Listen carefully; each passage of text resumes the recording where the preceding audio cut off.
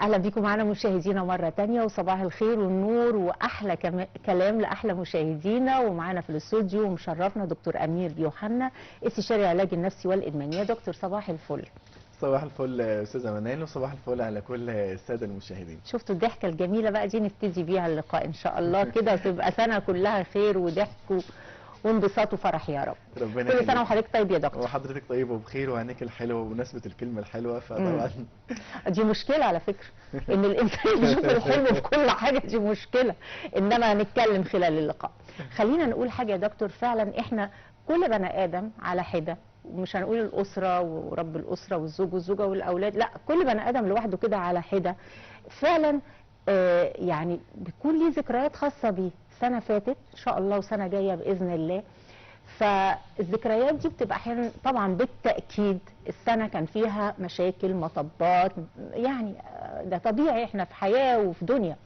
وفي نفس الوقت الحقيقه بتبقى فيه ذكريات تانية الانسان كل ما يفتكرها كده يعني في كده حاله من الانشراح تحصل له. ممكن تبقى كلمه حلوه اتقالت له، ممكن يبقى موقف حلو من حد، ممكن حد تعبه او ضايقه اعتذر له. الاعتذار من الحاجات الحلوه قوي. ممكن يكون عمل حاجه حلوه في ناس، فالناس او لحد معين فحد بيشكره، والشكر من الحاجات الجميله جدا جدا.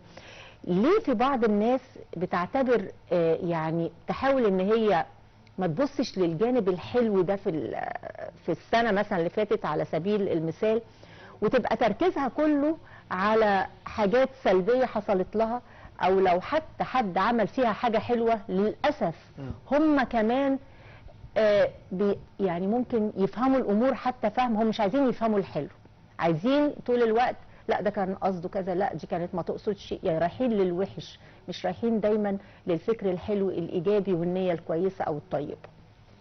بصي، هو طبعا كل واحد تعود على المنتاليتي العقليه بتاعته. يعني في شخص بطبعه هو ايجابي، وفي شخص بطبعه بيفرز طاقه سلبيه. الطاقه السلبيه هي وباء بيتفشى داخل الانسان وهو معدي. يعني كل انسان، في ناس كتيره قوي بتقاتل من اجل احباط الاخرين. يعني ممكن تلاقي واحد مثلا كاتب بوست ايجابي على الفيس، في مثلا محبه، في تشجيع، في كلمه حلوه، في تفاؤل لسنه جديده. فتبص تلاقي وابل من التعليقات الكتيره اللي بتحبط هذا الشخص تحت بند ان مفيش امل، مفيش حاجه حلوه، مفيش كلمه طيبه. لو قلت لهم مثلا في اهتمام، في سعاده، يقول لك النوع ده انقرض، النوع ده. فمشاعرك ومشاعري ومشاعر كل واحد فينا هي نتاج افكارنا. يعني انا في قانون اسمه قانون الجذب والتوقع. اللي انا بتوقعه هو اللي بيحصل لي بالظبط. عشان كده بنقول ايه؟ تفاءلوا بالخير تجدونه. فبالتالي كل ما الانسان بيتوقع الخير بيجد الخير. كل ما الانسان بيتوقع انه مش هيلاقي خير فبيلاقي ان افكاره بتصب في هذا الاتجاه، فبتلاقيه ان هو مش بيلاقي خير. زي مثلا واحد واقف قدام جامعه من الناس الكتير جدا، ومثلا هنقول ان هو بيغني او بيلقي كلمه او محاضره او اي حاجه، ففجاه خطر في ذهنه انه قدام الجامعه والناس الكتيره دي ممكن يغلط، فبسرعه يروح المخ يدي اشاره للسان فيروح يغلط بالفعل. لان هو توقع الفشل او توقع الخطا فهو اخطا بالفعل. هكذا لما حد يقول لك مثلا انا ربنا يستر انا عيني بترف ولا بتلف، يعني بترف فتحصل مصيبه، فتقول لك شوفي بقى انا عيني لما بترف على طول انا ايه بتحصل مصيبه. هو مش عشان عينها رفت خالص، كل ده مش عشان عينها رفت خالص، هي عشان هي رفت ناحيه الحاجات السلبيه. انا عايزه اقول لحضرتك على حاجه، دي حاجه ايه يعني الكلام بتاع حضرتك ده، وفعلا قانون الجذب وعلم الطاقه دي من العلوم فعلا مؤخرا بدات يعني بيثبت صحتها من ناس كتير، والناس الحقيقه مش مقتنعه بيها. انا من الناس المقتنعه الحقيقه بيها. ولكن طب ما هو ببساطه كده يا جماعه، هو في حد في الدنيا ما يحبش ان هو يجذب الخير ويجذب السعاده ويجذب الفرح؟ ليه رغم انه في ناس، واحنا بنقول في برنامجنا الكلام ده كتير برضه يا دكتور، لكن برضه الناس لا رايحه للسلبيات والكلام المحبط وكده. طب ما انتوا عارفين ان ده ممكن يعني يجيب لكم الحاجات اللي غير محببه. فانا بستغرب يعني ان في ناس متمسكه برضه بالقصه دي. ما هو دي زي ما قلت لحضرتك في البدايه ترجع للعقليه بتاعت الشخص. زي هقول لحضرتك حاجه، مثلا ام بتحب ابنها وبتتمنى ان هو يكون ناجح، ولكن مثلا لو حصل موقف فتقول له انت فاشل، انت اخوك احسن منك، انت ابن خالتك احسن منك. هي فاكره ان هي بتحفزه بالظبط، ما تعرفش ان هي بتحبطه. يعني حتى يعني عايز اقول لحضرتك يا استاذه منال، مش بس الاولاد اللي هم مستواهم الدراسي قليل، حتى المستواهم الدراسي عالي تلاقيه جاب 95%، فتيجي مامته ولا باباه يقول له فين ال 5%؟ هم عايزين ايه بقى؟ هم فاكرين ان هو بيقول لك لا، ما انا بدفعه علشان المره اللي جايه، السنه اللي جايه يجيب 98، يجيب 99، يجيب 100%. طبعا للاسف هتلاقيه السنه اللي جايه جاب 90، واللي بعدها 80، واللي بعدها 70، فيبدا يحصل عد تنازلي، فهيبدا ينزل تدريجيا. طب نصيحتك ايه في موقف زي كده؟ خلينا ناخد كده حاجه حاجه. انه فعلا انت قلت حاجه يا دكتور، بالتاكيد اي ام او اي اب احلى حاجه عندهم والحب كله الحقيقي والحب اللي لا نهائي لاولادهم، ده شيء مش هنتكلم فيه يعني في الوضع الطبيعي لو ناس اسوياء يعني. لكن الحقيقه بيحصل اللي حضرتك بتقوله ده، وبيبقى فعلا نابع من الحب. نقول ايه بقى للاباء دي؟ يعني خلينا ناخد كده جزئيه جزئيه زي ما حضرتك تفضلت وقلت حاجه زي كده. طبعا بشكرك، دي نقطه مهمه. انا بس هوجه لهم عبارتين، يعني حب غير مشروط وقبول غير مشروط. وانت بتربي ابنك وانت بتربي بنتك، فلازم تعرفي ان انا طول ما بقدم لهم حب غير مرتبط بالمستوى الاكاديمي وقبول غير مرتبط بالمستوى الاكاديمي. بمعنى ايه؟ بمعنى مثلا حضرتك وانا وكل واحد فينا ربنا اداه قدرات عقليه. القدرات العقليه دي تتفاوت من شخص لاخر. صحيح. في حاجه اسمها اي كيو تيست، اللي هو مقياس القدرات العقليه والمعرفيه او مقياس الذكاء. ممكن اعمل لحضرتك او ليا ولاي حد فيجيب مثلا 90. 90 دي درجه متوسطه يعني مش عاليه. ففي جزء معين انا بقدر ارفع فيه، مش هقدر ان انا اخليه ال 90 ده يجيب مجموع يجيب هندسه ولا طب، بس ممكن اخليه ينجز شويه. فهو ربنا حط فيه القدره العقليه دي اللي هو مش هيقدر يتجاوزها. فلما حضرتك بتضغطي عليه، هو ممكن يكون مستواه الاكاديمي ضعيف، بس هو ممكن يكون ناجح في حاجه تانية. كنت لسه هقول الكلام الجميل ده. ممكن يكون متميز. ناس كتيره قوي يعني ما انجزوش اكاديميا، لكن اصبحوا بارعين في حاجات تانية. اكاديميا يعني الدرجات اللي هي مجننانا كلنا طول عمرنا. الامهات كلها. فتلاقي يعني المهمهات او الامهات كتير قوي قوي بتلاقيهم ان هم التركيز كله بالظبط. يعني عندهم حاله من، يعني مش عارف اسميها بايه، بس هو حاله من يعني الغليان، ان الولد ذاكر ما ذاكرش، كتب الواجب ما كتبش، ذاكر.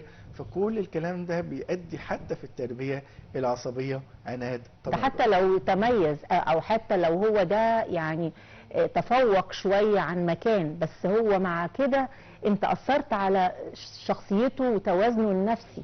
يعني في بعض يعني نتيجة الضغوطات دي ممكن بيذاكروا زيادة شوية، بيبذلوا مجهود زيادة شوية، وبيبقوا بعصبية جدا جدا، فده بيأثر حتى على التوازن النفسي بتاع الطفل. جاب نمرة كويسة او تفوق شوية، لكن ده أثر عليه برضه يا دكتور. بالظبط. انا عايز اقول لحضرتك كلمة ذاكر حتى في الجانب الديني، صلي. بالظبط. ده برضه تأثير سلبي جدا جدا جدا. الناس مش فاهمة ده. فطبعا ده بيأثر عليه سلبيا. لكن هو تأثير الكلمة الحلوة ان انا بشجع الايجابيات وبتجاهل السلبيات. يعني بمجرد ما انا بشوفه مثلا بيعمل حاجة، بيكتب الواجب، فبشجعه وبتجاهل انه بيلعب مثلا مرة ورا التانية. لان الطفل بيكون عنده نسبة عناد، يعني من 2 ل6 سنين بتلاقيه بيتكون عنده العناد، فانه بيقول لك لا. فده طبيعي، بيثبت ذاته. يعني مثلا تيجي مثلا عايزة تأكليه رز مثلا، فهو عايز ياكل لوحده في المعلقة، فانت تعملي معاه مشكله، اصل هو هيبوظ السجاده. فهو طبعا دي بدايه تكوين الشخصيه، فاحنا بنهدم تكوين الشخصيه بتاع من البدايه. فالوعي ده مهم جدا. طبعا. فده اثبات الذات. فتاثير الكلمه الطيبه والكلمه الحلوه ان انا حتى مثلا بدل ما اقول له ذاكر، اقول له بص يا حبيبي، بعد ما تخلص العابك وتنبسط تبقى ما تنساش ان انت تذاكر. هتلاقي الولد هو من نفسه بعد ما يخلص يقول لك بص عليا كده يا ماما، انا بذاكر اهو. الله. لا، والنقطه اللي حضرتك قلتها الجميله قوي قوي، عشان ارضاء الامهات، من كتر ما احنا بنحب ولادنا عايزينهم يبقوا نابغين في كل حاجه في الحياه يعني. لكن فعلا ربنا ادانا كلنا بقدر، يعني اكيد وربنا عدل يعني. فهو اكيد بيدي ابنك حاجه كويسه في حاجه، واخد منه حته تانية. بنتك متميزه في حاجه، واخد منها في حته تانية. ففي الاخر هتلاقي ان الطفل ده اللي هو مثلا في الدرجات، بس درجات كمان رياضه، يعني ممكن تلاقيه في التاريخ كويس جدا، وفي الرياضيات مثلا او العلوم مش مثلا، او تلاقيه مثلا مميز جدا في ادبيا في حاجات، ممكن في نشاط الرياضي يعني. في حاجات كتير قوي نبتدي ان احنا فعلا نبص عليها ونكتشفها في اولادنا عامه، علشان نهدى كده وما يبقاش التركيز على نقطه واحده بس، وده ممكن فعلا يبقى الطفل متميز في حاجات كتيره وتروح مننا عشان احنا بس مركزين على جزئيه واحده بس. بالظبط. يعني انا بقول ليه الحب الغير مشروط والقبول الغير مشروط، خلاص اقبليه بمستوى الاكاديمي، اقبليه علشان تطلعي منه الحاجات التانية المخفيه، تطلعي منه المميزات التانية. ممكن يكون فنان، صحيح. ممكن يكون صوته حلو، صحيح. فنبدا ان احنا ننمي هذا الجانب. وهكذا كتير جدا من العلماء يعني ما كانوش مميزين جدا جدا، بل بالعكس كمان ده في منهم كان يعني الاهالي كانوا والمدرسين بيشتكوا منهم من كتر ما هم زي اديسون. زي اديسون لما بالظبط. اترفد مامته وصلت له الموضوع ازاي، فبتقول له لا احنا عايزين نروح مدرسه افضل من كده تناسب مستواك وذكائك وقدراتك. ده حقيقي يا دكتور، ده حقيقي يا دكتور. فشيء جميل، ويا رب دي نقطه جميله جدا جدا. احنا بس قسنا على الاسره واللي هم حبايبنا، اللي هم اولادنا، اللي هم اغلى حاجه عندنا، لا احنا ممكن برضو نجرحهم ببعض الكلمات او بعض السلوكيات مننا. طبعا. خلينا بقى نطلع شويه كده ونكبر المساحه شويه في العلاقات. نقول ايه تاني؟ يعني احنا خلينا نقول على الزوج والزوجه، ونقطه الحب الغير مشروط دي نتقبلها ازاي وهتفرق معانا كتير جدا. بصي احنا نكبر بالموضوع شويه طبعا. هنا بنلاقي الموضوع سنه اصعب. يعني مثلا بيكون في مشاكل كتيره قوي بسبب اسباب كتيره، بسبب يعني بعض الخطأ في التربيه. ان مثلا الولد متربي على ان هو فاكر ان هو لازم يشد على مراته، لازم يحكمها، فنادرا لما يقول كلمة طيبة او كلمة كويسة. البنت برضو بيكون احيانا عندها نوع من التمرد وعدم الطاعة وتفكير ان انا راسي براسه وحاجات زي كده. احنا متساويين، يعني دي في البداية، في القيمة مختلفين في الادوار. جميل. متساويين في القيمة، مختلفين في الادوار. يعني عشان بس بعد كده نبدأ نوضح. يعني انا وهي قيمتنا واحده في المجتمع وعند الله بنفس الدرجه بالظبط. لكن مش انا ليا نفس الدور، هي لها دور وهو ليه دور. بالظبط. احنا اتنين مسؤولين، لكن من بالاولى. يعني لو هي بتشتغل وهو بيشتغل، ممكن مثلا هي تقول له ايه، يقول لها مرتبك على مرتبي، ايش تقول له مرتبي؟ لا هو انت هتبص على مرتبي؟ يعني هو لا امال يعني هو جايبك عشان يصرف عليكي ودام بتشتغلي. احنا الاثنين نبني البيت، بس من بالاولى الرجل، يعني من بالاكثر بالظبط الرجل. بالظبط.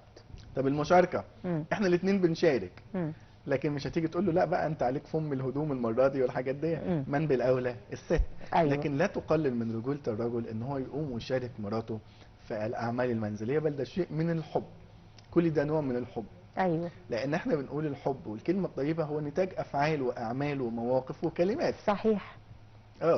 فبالتالي هنا بقى المشكله ان احنا يعني ما بنستخدمش الكلمات الجميله في الارتباط. فدايما بنقول لهم تدريبات جميله بالنسبه للزوجين. كل واحد فيهم يتعود ان هو يقول من فضلك على حاجه، وتشكر على حاجه، وتمدح على حاجه. يعني في اليوم اشكريه على حاجه، امدحيه على حاجه، وقولوا له من فضلك. والله هتفرق كتير الكلام ده، وهو كده برضه حقيقي حقيقي. فاعتقد ان حتى الاولاد لما يشوفوا بابا بيكلم ماما يقول لها من فضلك يا حبيبتي هاتي لي كوبايه ميه، غير لما يقول لها اجري هاتي لي كوبايه ميه. طبعا. ففرق شاسع جدا في التربيه في الاولاد. لما يقول لها ايه جمال شعرك النهارده، او كتر خيرك على مثلا عملتي الاكل النهارده طعمه حلو وهكذا. مش عايزين نقول الحاجات السلبيات اللي بتحصل لكن ايه يعني كل ده في اطار الكلام الحلو والطيب. هروح بقى النقطه بسرعه هنا كده معلش يا دكتور، وهي بقى ايه؟ لا ده مش من قلبه، لا دي بتقول كده بس مش عارفه نيتها ما اعرفش ايه. النقطه دي اللي الناس انا بشوف ان هي بتشغل نفسها بيها جدا جدا. طب ما ناخد الحلو وبعد كده ربنا سبحانه وتعالى مطلع على القلوب في كل حاجه. فالنقطه دي اللي الناس دايما شاغله نفسها بيها ومش بتصدق، يعني مش بتصدق انه الكلمه اللي بتتقال من حد كلمه طيبه حتى من الزوج او الزوجه. وفي ناس مفروض يبقى في طبعا افعال، وفي ناس لا ما فيش مجال للافعال. يعني الزوج والزوجه كلام حلو بس لازم يبقى في افعال طبعا يعني بتدل. انما في ناس بينهم وبين بعض بس كل خير وشكرا على كده. فالنقطه دي برضو نقطه مهمه قوي، ان احنا ما يشغلناش قوي قوي ما يعتمل في قلب الانسان. يعني انا اخد الكلام الحلو وشكرا انه الكلام ده حلو او الكلمه دي طيبه من صديق، من زميله، من اي في العلاقات عامه الاجتماعيه، ونبتديها الاول بالزوج والزوجه ونقطه الكلام ونقطه الفعل. طبعا انا بشكرك، دي نقطه مهمه جدا. مم. بس زي ما قلنا في البدايه، دي ترجع للعقليه نفسها. يعني هو الانسان عقله وفكره ضده. مم. يعني لازم الشخص نفسه يعرف ان عقله ضده. يعني زي من ضمن الافكار السلبيه عند المجتمع عموما، ان لو قعدوا قعده حلوه وجميله وقعدوا يضحكوا كتير، اللهم اجعله خير. فتلاقي واحد يقف كده يقول لك اللهم اجعله خير، ايوه ضحكنا طبعا. كتير النهارده. طبعا. احيانا مثلا ولد يدخل لمامته مبتسم تقول له خير، عامل مصيبه ولا حاجه لا، واحنا برضو ممكن ازود حاجه اتفضلي. بسيطه كده. لو الزوج برضو دلع شويه مراته، احنا شكله عامل كلنا عامله. يعني بقى في كلام فعلا دارج عندنا وكلنا بناخده على سبيل ممكن الفكاهه، بس برضو هو متاصل في بعض الافكار يعني. يعني مثلا على الجانب التاني، مثلا لو هي جت وقالت له كلمتين حلوين يقول لها انجزي، عايزه ايه؟ مفقوسين. هقول لك ليه. هقول لك ليه، لان هم ما تعودوش يقولوا كده من البدايه. بالظبط. انا مع حضرتك، انا مع حضرتك. هو ده التفسير فعلا. لو بنتكلم بقى كلام يعني مع ناس متخصصه كده زي دكتور، فهو ده كلام حقيقي، لانه احنا مش متعودين نقول الكلام ده، فلما يتقال كل فتره بالتاكيد ايه خير فيه ايه. فهو لكن لو هو لايف ستايل، خلاص هيبقى ده نمط الحياه العادي والمتداول والماشي والكلام من ده. النقطه اللي حضرتك ركزت عليها المهمه قوي، يعني اللي هو فنيات التفكير السلبي اللي العقل بيفرزها بشكل تلقائي. دايما انا بتوقع الخير الى ان يثبت العكس. ايوه ده جميل قوي ده. يعني هي ممكن تقعد في المطبخ اتاخر، طب هو سهران ليه؟ هو بيخوني، طب افتش في تليفونه، طب اقفشه، طب مش عارف ايه. كل دي طبعا افكار سلبيه وبتتعب الشخص نفسه. بالظبط. بتتعب الشخص نفسه اكثر ما بتتعب الشخص الاخر. فدايما اتوقع الخير، واتوقع ان الكلمه الطيبه مصدرها طيب ونيته طيبه، وده بيريحني انا نفسيا. صح، كلام مظبوط جدا جدا. ويعني واحنا بنتكلم في اطار الكلمه الطيبه والعلاقات الجميله، هروح برضو لنقطه تانية وهي مهمه قوي برضو يا دكتور، وهي نقطه الشكر ونقطه الاعتذار. طب خليني اقول برضو سؤال، انا الحقيقه برضو تبادر كده لذهني وحضرتك بتتكلم. هو احنا لو حياتنا بوجه عام، خلينا نتكلم على البيت، يعني الاسره اللي هم ابدى الناس ان هم تبقى الكلام بينهم وبين بعض جميل، بعد كده نبقى نطلع بره البيت. هو احنا لو حياتنا بالطريقه دي انه على طول اللسان بيقول كلام طيب وحلو وخير، او بشوف الجانب المشرق في الشخصيه اللي معايا سواء زوج او زوجه او اولاد، قول لي كده الحياه تبقى عامله ازاي؟ وندمجها برضو لو في افعال بالتاكيد، بس هنتكلم هنا كالاول كلمات الحياه هتبقى عامله ازاي، لان احنا قلنا على الصعيد الثاني انه علشان الكلام نادرا ما بيتقال، فطول الوقت انت بتقولي كده ليه، انت عايزه ايه، انت عملت ايه، لو كلام حلو اتقال. يعني تصور الحياه لو الكلام جميل وكلام طيب بين الزوج والزوجه، ابدى الناس ان هم يكون بينهم كلام جميل، وفيما بعد طبعا اولادهم، ولو الاولاد شايفين كمان ده. طبعا الاسره اللي دايما بينهم كلمات طيبه هي اسره سويه نفسيا. بمعنى ايه؟ بمعنى ان هم اسوياء، واولادهم اصحاء نفسيا، بيعرفوا ازاي يتداولوا الكلمات الطيبه اللي بينهم وبين بعض. هتلاقي دايما الاسره دي مستقره نفسيا وجسديا، مستقره تعليميا، بيحترموا بعض، بيقدروا بعض. فتلاقي دايما الولاد لما تشوف الاولاد كده اللي بتقول لك دول يقولوا من فضلك ولو حضرتك ولو سمحت، فتبصي دول متربين في اسره علمتهم هذا الشكل الجميل. فانا الاسره هي نواه لمجتمع. يعني انا لما باسس اسره باسس مجتمع وباسس جيل. لما باسس اولادي على التربيه السويه والسليمه، اولادي بيربوا اولادهم، فكده انا بنشئ جيل. عشان كده لما قلنا ان الام مدرسه اذا اعددتها اعددت شعبا طيب العراق، فبالتالي الام هي المدرسه اللي بتعد، وهكذا الاب هو الشريك في هذا الامر. طبعا طبعا.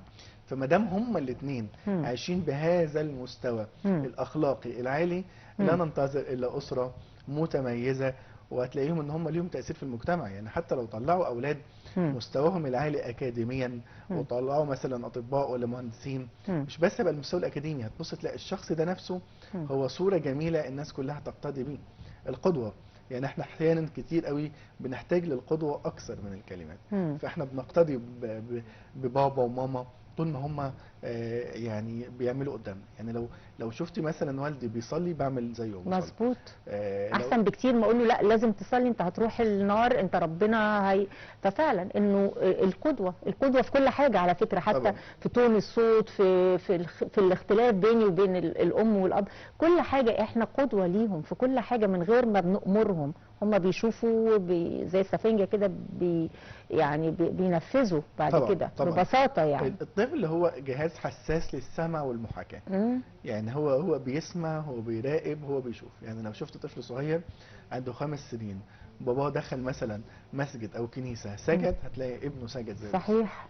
ومش محتاج يقول بالظبط لان كده. هو هيقلده بالظبط. بالظبط كده بالظبط. طيب هنروح بقى يعني النقطة برضو المهمة، وهي احنا قلنا انه الكلام الطيب زي ما كل الأديان السماوية هو دليل على يعني الخير والمحبة. الله محبة في الدين المسيحي، والكلمة الطيبة صدقة في الدين الإسلامي. فهو ربنا سبحانه وتعالى، ده أمر ربنا سبحانه وتعالى. هنروح بقى للناس اللي هي طول الوقت رايحة للكلمات السلبية، وطول الوقت لو حد قال كلام طيب قدامها تبتدي ان هي تقلل من الكلام الطيب. قلنا النوعية دي زي ما حضرتك قلت لنا هي دي بتعبر عن افكارها. ازاي نقدر ان احنا نتعامل معاهم؟ موجودين معانا في المجتمع ده طبيعي يعني، احنا بنشوف طبعا معانا كتير في المجتمع. وفي ناس بتبقى درجات، يعني الناس دي كمان بتبقى درجات. في ناس بتبقى الدرجات عندها عالية جدا، وفي ناس بتبقى معقولة، وفي ناس بتبقى بسيطة. نتعامل ازاي مع النوعية دي من الناس من غير برضو ما نقول كلام يجرحهم او يضايقهم؟ عايزين نلفت نظرهم يعني، فنتعامل ازاي؟ بصي، يعني هو حضرتك قلتي ان الناس دي درجات، لكن انا هتكلم في كام نقطة وبعد كده هتكلم على الدرجات اللي هي عندها اصلا طاقة سلبية. اول حاجة، الافكار والكلمة الطيبة هي نتاج القلب. يعني القلب النقي بيفرز كلمات طيبة، فبيبقى ده نمط حياته خلاص، هو عايش بكلمات طيبة وافكار طيبة ومشاعر طيبة. الشخص الاخر بيكون دايما بيعود لحاجتين، ان هو اصلا شاف حاجات سلبية في حياته فاثرت فيه بشكل سلبي، او هو عنده افكار خاطئة فبيسقطها على الاخرين، ان هو بيشوف كل الاخرين زي كده. زي مثلا ممكن اشوف واحد طالع الفجر، فممكن واحد يشوفه يقول لك ده رايح يصلي، وممكن يقول لك رايح يسرق. فدي تعود على ايه؟ على القلب نفسه اللي هو اسقاط، ما يقال عليه زي بيبقى اسقاط شويه. القلب نفسه هو اللي بيحدد.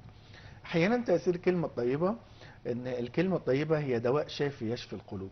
فواحد يكون مثلا محتاج حد يديه كلمه يشجعه، فمجرد بس ما انت يعني تطلعي النور اللي فيه، ان انت تحسسيه ان في امل، ما نقدملهوش وعظ ولا نصح ولا ارشاد، لان هو بيكون محبط بما فيه الكفايه. صح. ما قالهوش فين ايمانك بربنا، لان ده هيوجعه اصلا جدا جدا. واحنا بشر وضعفاء، يعني لازم نبقى مدركين هذا، يعني انه فعلا في ناس ساعات مثلا تقول لك ايه، لا ان شاء الله يعني انت بس قوي ايمانك شويه بربنا، او بس انت ان شاء الله لما تصلي وكذا وكذا. ما هو طبعا الكلام ده جميل وكل حاجه، بس هو فعلا الانسان برضه مش واصل له، لان احنا كلنا فينا ضعف، يعني احيانا الانسان بيقع، فنبقى برضه مدركين هذا يعني الاكتئاب لما مثلا الناس اللي عندها طاقة سلبية بتصل إلى مرحلة الاكتئاب بيسلب الإيمان من الإنسان، بيخليه يفقد إيمانه بربنا. سبحان ممكن الله. يقول لك فين ربنا في كل اللي أنا بشوفه. يا فوسط ده كله هو محبط، هو مكسور، هو مكتئب. انت رايح قول له بقى اصلي وادعي، هو محتاج حد يصلي له او يدعي له. طب قول له انا هصلي لك وادعي لك. حلوه الكلمه دي على فكره. قول له انا هصلي لك وادعي لك. فالانسان المحبط والمكتئب بيكون محتاج طبطبه، محتاج حضن، محتاج احساس. يعني في مقوله جميله بتقول ايه، نحن لا نحتاج الى من يعطينا شمسيه تغطينا من المطر على قدر حاجتنا لمن يبتل معنا. يعني انا مش عايزك تديني شمسيه، انا عايزك تنزلي وتتبلي معايا وتحسي نفس الاحساس اللي هي نقطه الشمسيه دي بقى. ممكن تبقى مثلا ان انا بدي نصيحه مثلا بالزبط. متمثله في كده، ففي وقت يعني احس اكتر بضعف الانسان في الموقف اللي هو فيه. مظبوط. بالاضافه كمان الاحساس، يعني الايماءات، انا متاثر بيك، انا حاسس بيك، لكن هو انت مكبر الموضوع. انا اعرف واحده صاحبتي حصل لها اكتر منك بكتير ده هنا مش كلمات حلوه بقى، مش كلمات دي طيبه، كلمات محبطه. دي كلمات محبطه. يعني شوف، هي كلام يظهر في ظاهره ان هو حلو، انه لا ولا حاجه، دي حاجه بسيطه، دي كذا. يعني احنا المفروض ان احنا بنتوقع ان احنا كده بنخفف لكن فعلا احيانا كلام بيبقى في ظاهره كده، لكن هو ممكن يتعب اكتر الانسان اللي في الحاله اللي زي دي. فهنا بقى بتبقى نقطه الاحساس هي الاهم. كمان علشان هو فاكر ان هو كده يقول لك اللي يشوف بلوة غيره تهون عليه بلوته. لا خالص، هو كل شخص يشعر ان مشاكله هي الاكثر اكبر. والأصعب. طبعا طبعا تمام. طبعا. فبالتالي هو مش محتاج الكلمات دي اللي احنا كلنا كمجتمع بنستخدمها. بالظبط كده. كلنا كلنا ده حقيقي. ده حقيقي. لكن هو محتاج احساس، محتاج تقدير، محتاج ان انا اقدر مشاعره. عارفه بعد ما يخلص دي يعني الجزء الاول اقول لك ايه، انا ارتحت على فكره ان هو فضفض عشان هو طالع. بالظبط كده. فانت كده عالجت 60%. ده حقيقي. ده عالجت حقيقي. 60%. ده حقيقي. دي نقطة مهمة جدا، لأن كلنا بنقع في الغلطة دي. يعني أنا كان ساعات لما مثلا حد عنده مشكلة أو كذا وبيجي بيتكلم معايا، أنا طول الوقت بفكر أحلله إزاي مشكلته أو أحللها إزاي مشكلتها، فابتدي إن أنا هي بتحكي أو كده وأنا بفكر ايه المخرج من كده. هي مش محتاجه ده دلوقتي، هي محتاجه بس ان انت تسمعيها، الواحد تتعلم يعني ده وتحسي بيها وتخليها تفضفض. يعني مش وقته دلوقتي ان احنا، او في ناس تانية زي ما حضرتك بتقول بتقلل من المشكله. لا لا، دي حاجه بسيطه خالص، يعني ما شفتيش بقى كذا او انا عندي مشكله. في ناس كمان تقول لها انت دي حاجه بسيطه جدا جدا، ده انا احكي لك على اللي حصل. فيعني هي بتبقى حاجات سنسيتيف جدا وحساسه جدا جدا وانسانيه جدا جدا، بتفرق فعلا. وبتفرق لما الواحد بيبقى واعي. يعني انا كنت فعلا بتحط في المواقف دي وبتصرف كده، بس الواحد بقى واعي اكتر انه يتعامل ازاي او يتصرف ازاي. تمام. الجانب الثاني يعني الجانب الثاني الناس اللي هي الدرجه العاليه اللي بتقول لك لا قول بص الكلام ده محفوظ. ربي ده متعب قوي ده. انا عايز اقول النصيحه انه دول تبعدوا عنهم، دول محتاجين متخصصين. لان الشخص اللي يعني معجون بالطاقه السلبيه بيسحب معاه 100 ايجابيين. فده بيوقعك وبيوقعك.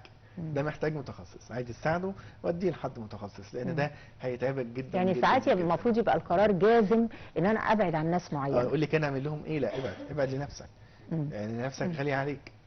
فبالتالي هو هيسحبك. انا اعرف ناس كتير قوي يعني قعدوا مع اهاليهم واخواتهم عشان يسحبوا منهم الطاقه السلبيه، فجاه وقعوا معاهم واصابوا باكتئاب وقعدوا سنين يطلعوا. ده حقيقي. ده حقيقي فعلا، ده كلام مظبوط. بس انا برضو بما ان حضرتك موجود بقى معانا وحضرتك متخصص، انا هروح لنقطه ثانيه، ان في بعض الاحيان الناس دي بتبقى قريبه مننا جدا، ما نقدرش ان احنا ننفصل عنهم. يعني ممكن يبقى الزوج عنده الصفه دي او الزوجه عندها الصفه دي او اي بقى اللي هي الدرجات الاولى من العلاقات. في الحاله زي دي المصاحب يوم يتعامل ازاي؟ تحب ابدا معاك من الاول، من قبل الجواز مثلا بسنه؟ اي حاجه اللي حضرتك تحب. الصفات دي بتبقى موجوده قبل. بتبان طبعا. قبل مش بعد. عشان كده في بعض السمات والصفات احنا بنقول للشخص في الحاله دي ما تكملش الجواز. في الحاله دي من ضمنها الشخص الساخط. انا طبعا بقول مذكر تنطبق على مذكر ومؤنث بالظبط. الشخص الساخط اللي دايما يقول لك هو ايه فيه كويس، مش عاجبه الوضع، مش عاجبه البلد، مش عاجبه المجتمع، مش عاجبه الشارع، مش عاجبه مش عارف ايه. وبنشوف النوعيات دي كتير جدا. الشخص الساخط ده مش هيبقى كويس. كل اللي بتشوفيه في فتره الخطوبه 95% منه مش هيتغير بعد الجواز. هيشوفك كده برضه او هي هتشوفك كده. كل التصرف بالظبط. الشخص الثاني اللي انت لو جيت قلت له تعالى نروح لحد متخصص، طب نسمع حد يدينا نصيحه، طب نسمع حد يقول لك لا دول بياعين كلام، دول انا اعرف اكتر منهم، انا مش محتاج حد يدل بيتي، مش محتاج حد يعرفني ازاي اتعامل مع مراتي. ده تبعدي عنه فورا. طبعا. فانا عايز اقول ان البدايات قبل طب حصل وخلاص. حصل بقى. ولا واحيانا بيبقى ممكن مثلا عايزه اقول ايه، في علاقات تانية ممكن مثلا يبقى ابويا كده يعني او امي كده، يعني في بقى حاجات مفروضه عليا مش انا اللي بختارها كمان. فخلينا نقول في كل اول حاجه لازم احافظ على نفسيتي. يعني وانا اتعامل خارج نفسيتي. يعني انا باخد دي مش سهله طبعا. بالذات لو حد مقرب طبعًا. يعني باخد اتيتيود ان انا بقدم الدعم النفسي، لكن انا عارفه ان مشاعري بعيده عن الموضوع. ما بدخلش في تاثير الكلمات، ما اخدش معاه في حاجات كتيره قوي. على قد ما انا بدعمه نفسيا واقول له حاسه بيك، لكن انا بحاول ان انا يكون ليا الرياضه بتاعتي والانشطه بتاعتي والحاجات اللي بتحفظ نفسيتي من ان انا اقع في هذا الفخ. واعتقد كمان وعن تجربه، يعني ناس كتير كانوا بالطريقه دي والله اعلم طبعا، يعني انه لما الواحد يكون يعني حد قريب منه عنده الصفات دي اللي هي السخط والدنيا سودة طول الوقت وشايف الجانب المظلم في اي حاجة. فجميل قوي نصيحة حضرتك ان الواحد فعلا يحافظ على نفسيته ويبقى حاسس ان لنفسك عليك حق ان هو يعمل الحاجات اللي تخليه محصن، ولكن طول الوقت يبقى فيه يعني برمي انا كلام ايجابي وبحاول ان انا اظهر الجوانب الايجابيه في الحياه. فمع الوقت زي بدل ما هو يعديني او بدل ما الشخصيه دي تعدي ممكن انا اللي اعدي بالظبط. شويه. عشان فدي كده ناس بتحصل. كتيره قوي تسال يقول لك انتوا بتتعاملوا ازاي وانتوا كل يوم تسمعوا طاقات سلبيه وافكار سلبيه وحاجات ده زي كده. حقيقي. ده فبنقول حقيقي. لهم الاجابه في حاجتين، اه ان احنا مشاعرنا خارج هذا الامر تماما، مم. اتنين احنا عندنا انشطتنا، عندنا زي ما احنا بننصح الناس مم. كل يوم امشي ساعه، انزل جيم، العب رياضه، مم. او شوف اهتم الحاجه اللي بشكل شغفك فيها واعمل- اللي تفصلك، يعني كل واحد واعمل. ممكن بالظبط كده. بس طيب خليني اروح بقى لنقطة مهمة قوي.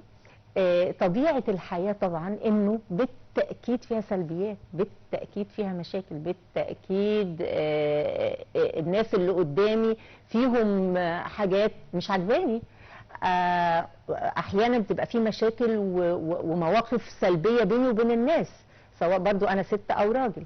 طب اتعامل بقى ازاي هنا بقى؟ هتنفع الكلمه الطيبه ولا بقى واقعيه بقى وانا صريحه واللي يزعل يزعل، ولا نتصرف ازاي؟ من ضمن تعريفات الصحه النفسيه هي القدره على التعامل مع ضغوط وكروب الحياه، مم. ان هي ازاي بتخلينا نتعامل مع الضغوط وكروب الحياه المختلفه. مم. النقطه الثانيه، الشخص السوي نفسيا يعرف ان هو يكون شخص ايجابي ومتفائل، ان كل ما يحدث حتى من سلبيات في المجتمع مم. ستؤول للخير. الله، يعني ده في مكانه حلوه ده جدا. يعني مثلا في ناس تنظر الى الوباء اللي احنا عايشين فيه كورونا فتقول لك متحورات جديده وحاجات جديده احنا وربنا خلاص يستر احنا هنبدا كده طول عمرنا. والمصل هيجيب كذا شويه تخيلات يعني في حته أيوة، تانية خالص. ده حقيقي. وواحد تاني يقول لك العالم ممكن يبقى ليه صوره مختلفه بعد الفيروس، ممكن والناس هتستفيد، والناس كتير قربت من ربنا بسبب هذا الامر. زي قصه شهيره بتاعت الراجل الايطالي اللي كان عنده حاجه و70 سنه، ولما قعد على جهاز التنفس الصناعي فمش عارف حاسبوه على الساعه بكام، فطلع قال له رب ياه، هو انا مش بحاسبك على سنين عمري كلها اللي كنت بتنفس مجانا. صح. شفت الجانب الايجابي طبعا. فانا شفت الجانب الايجابي. النقطه الثانيه التعامل مع الناس.